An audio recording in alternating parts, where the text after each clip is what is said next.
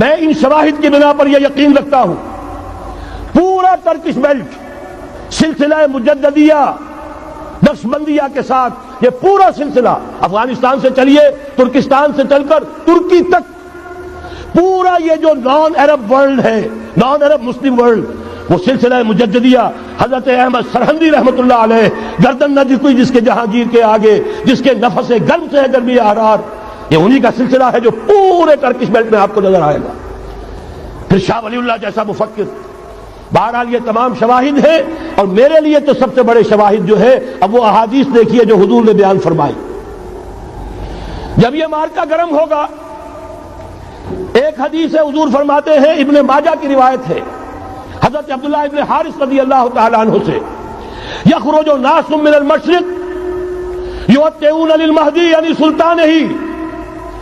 جب اس عالم عرب میں دیکھیے ایک بات میں عرض کر چکا ہوں بڑی تلخ بات ہے عالم عرب ہمارا بہتر حصہ ہے افضل حصہ ہے ان کو اللہ نے فضیلت ہم سے بہت زیادہ دی ہے. سب سے بڑی فضیلت کہ محمد خود صلی اللہ علیہ وسلم عرب تھے یہ رتبہ بلند ملا جس کو مل گیا. پھر مستقل فضیلت اللہ کا کلام ان کی زبان میں موجود ہے مادری زبان. لہذا اگر انہوں نے کوتاہی کی انہوں نے پیٹھ دکھائی بہت بڑے مجرم ہیں اس میں کوئی شک نہیں. اور یہی وجہ ہے یہ سارے ملاحد وہی ہونے ہیں. ایسی ایسی بھاری جنگیں حضور فرماتے ہیں اتنے لوگ ہلاک ہوں گے کہ پرندہ اڑتا چلا جائے گا اترنے کی جگہ نہیں ملے گی لاشیں ہی لاشیں ہوں گی. یہ شکل ہونے والی ہے. اور میں تو چونکہ ایک مضمون اور کتابچے کی شکل میں بھی شائع ہو چکا ہے اس میں کہ حضور کی اس حدیث کے حوالے سے میری امت پر بھی وہ سب کچھ وارد ہوگا جو سابقہ امت پر ہوا اسی کے حوالے سے عرض کر چکا ہوں. اگر اس صدی میں ہولوکاسٹ میں 60 لاکھ یہودی مارا گیا ہے کوئی اسی کا دوبارہ چربا جو ہے امت مسلمہ پر بھی آنے والا ہے. لیکن اس کے بعد پھر ان کے لیے فوجیں جائیں گی مشرق سے. وہاں جو امام ہوں گے جو بھی ان کو لیڈ کر رہے ہوں گے حضرت مہدی. یہ تصور ذہن میں رکھیے ہمارے مابین اور عیسائیوں کے مابین حضرت مسیح کی ذات مشترک اگرچہ ان کا یہ عقیدہ ہے کہ وہ سولی دیے گئے فوت ہو گئے معاذ اللہ ثم معاذ اللہ پھر زندہ ہو کر آسمان پر گئے پھر آئیں گے.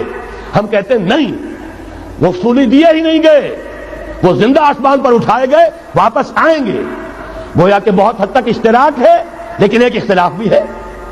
اسی طرح حضرت مہدی کے بارے میں شیعہ اور سنی تصورات میں اتفاق بھی ہے اختلاف بھی ہے. یقیناً امت مسلمہ امت عرب مجھے تو اقبال کا وہ شعر یاد آتا ہے خون اسرائیل آ جاتا ہے آخر جوش میں توڑ دیتا ہے کوئی موسیٰ طرسم سامری.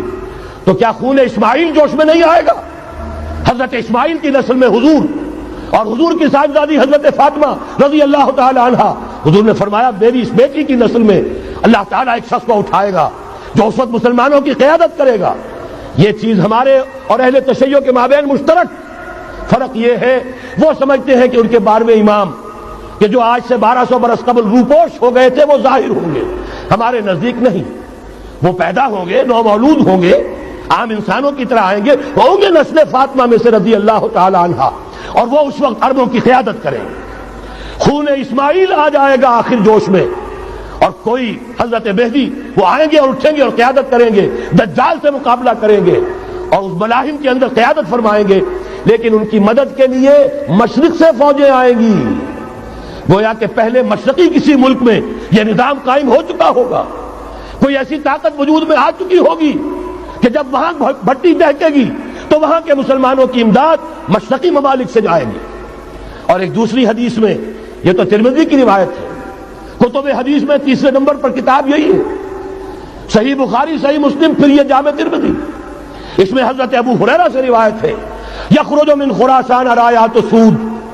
خراسان میں بتا چکا ہوں حضور کے زمانے کا خراسان افغانستان کچھ حصہ پاکستان کا کچھ روسی ترکستان کی آزاد ریاستیں جو ابھی ہوئی ہیں تھوڑا سا حصہ ایران کا یہ خراسان بزرگ یہ اولڈ گریٹر خراسان.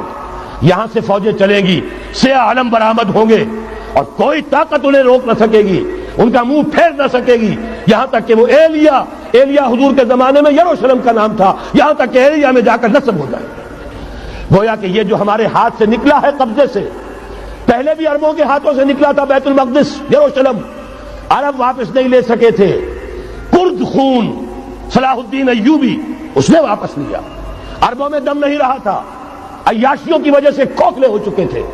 میں تجھ کو بتاتا ہوں تقدیر امم کیا ہے، شمشیر و ثنا اول، طاؤس و رباب آخر۔ یہی وجہ ہے کہ تقریباً 20 صدی کے بعد ان کی حکومت ختم۔ آسمارا حق بود در خون بارک بر زمین بر زوال ملک مستعصم امیر المومنین۔ یہ ہوا کہ نہیں ہوا؟ جبکہ آئے ہیں تاتاری ہورس، اور جنہوں نے کہ آخری خلیفہ بنو عباس اسے محل میں سے نکالا، ایک کھال کے اندر لپیٹ کر اور اپنے گھوڑوں کے سوؤں تلے کچل دیا۔ عرب معزول کر دیے گئے تھے، لیکن اب دوبارہ عربوں کو جب سہارا ملا ہے، لیکن اب بھی انہوں نے کہیں اسلام قائم نہیں کیا۔ کوئی روس کا غلام رہا، کوئی امریکہ کا غلام رہا، کسی نے اس کا ساتھ دیا، کسی نے اس کا ساتھ دیا۔ تہذیب ہے تو مغربی، تمدن ہے تو مغربی، وضع میں تم ہو نصارہ تو تمدن میں ہنود۔ یہ مسلمان ہیں جنہیں دیکھ کے شرمائے یہود۔ یہی معاملہ جب ان کا ہوا تو اب اللہ تعالیٰ کی طرف سے ان کے اوپر وہ عذاب کی بھٹی گرم ہونے والی ہے۔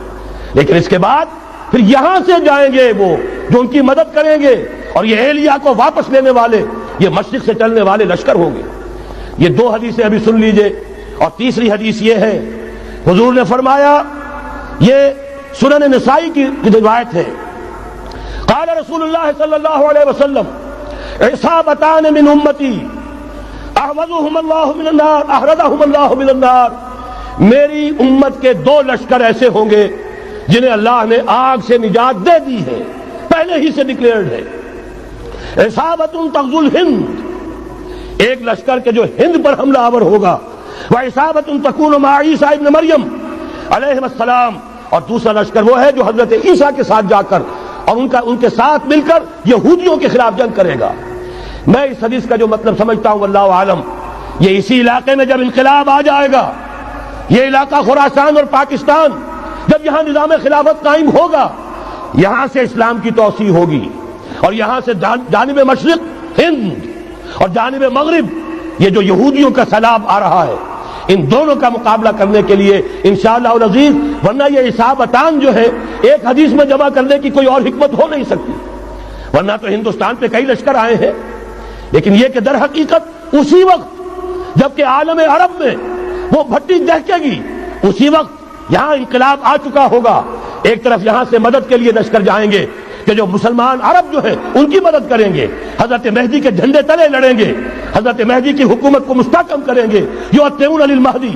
دوسری طرف وہ ہندوستان کی طرف پیش قدمی کریں گے، اور یہیں سے جیسے اس وقت سیلاب نکلا تھا جزیرہ نما عرب سے، ایک داہنی طرف ایک بائیں طرف، ایران، افغانستان، ترکستان، ادھر مصر، لیبیا، الجزائر، مراکش، باریطانیہ، اسی طریقے سے انشاءاللہ اسی علاقے سے اس کا آغاز ہوگا اور بات آگے بڑھے گی۔ تو غرض اصل حاصل کیا ہے؟ یہ ہونا ہے، پچھلے آثار ثابت کر رہے ہیں کہ ہونا ہے، حضور کی احادیث بتا رہی ہے کہ یہی سے ہونا ہے۔ ہوا صرف یہ ہے ہم بھٹک گئے، ہمیں اپنی منزل یاد نہ رہی۔ میں تو بہرحال ان لوگوں میں سے ہوں جنہوں نے نعرے لگائے تھے پاکستان کا مطلب کیا، لا الہ الا اللہ۔ میں سن 46 میں یہاں حبیبیہ ہال میں قائد اعظم نے مسلم اسٹوڈنٹ فیڈریشن کے جس اجلاس کو خطاب کیا تھا، ضلع حصار سے جو 2 ڈیلیگیٹ آئے تھے ان میں سے ایک میں تھا۔ میں نے بہرحال اس تحریک میں بھی حصہ لیا ہے، ایک ننھے کارکن کی حیثیت سے لیا ہے، پھر حالات کو بدلتے اپنے آنکھوں سے دیکھا ہے، ہم کہاں سے کہاں جا پہنچے ہیں۔ ضرورت صرف اس بات کی ہے کہ آج ہمارا حال یہ ہے، ہماری قیادت، ہماری سیاست ان لوگوں کے ہاتھ میں ہے کہ وہ فریب خوردہ شاہی کے پلاح و کرگسوں میں اسے کیا خبر کہ کیا ہے، تب وہ تاب جاویدانہ، ان کی تہذیب مغربی، ان کی ذہنیت مغربی، ان کی وضاقتہ مغربی، ان کا تمدن مغربی، ان کی سوچ مغربی، ان کے سارے اطوار مغربی۔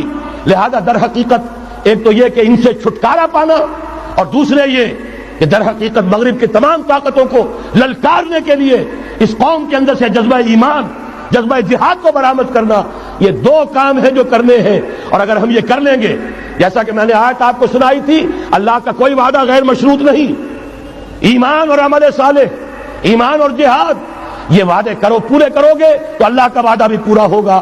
لیکن ظاہر بات ہے جیسے یہودیوں نے یورپ کو فتح کیا اور آج وہ مغرب یہودیوں ہی کے زیر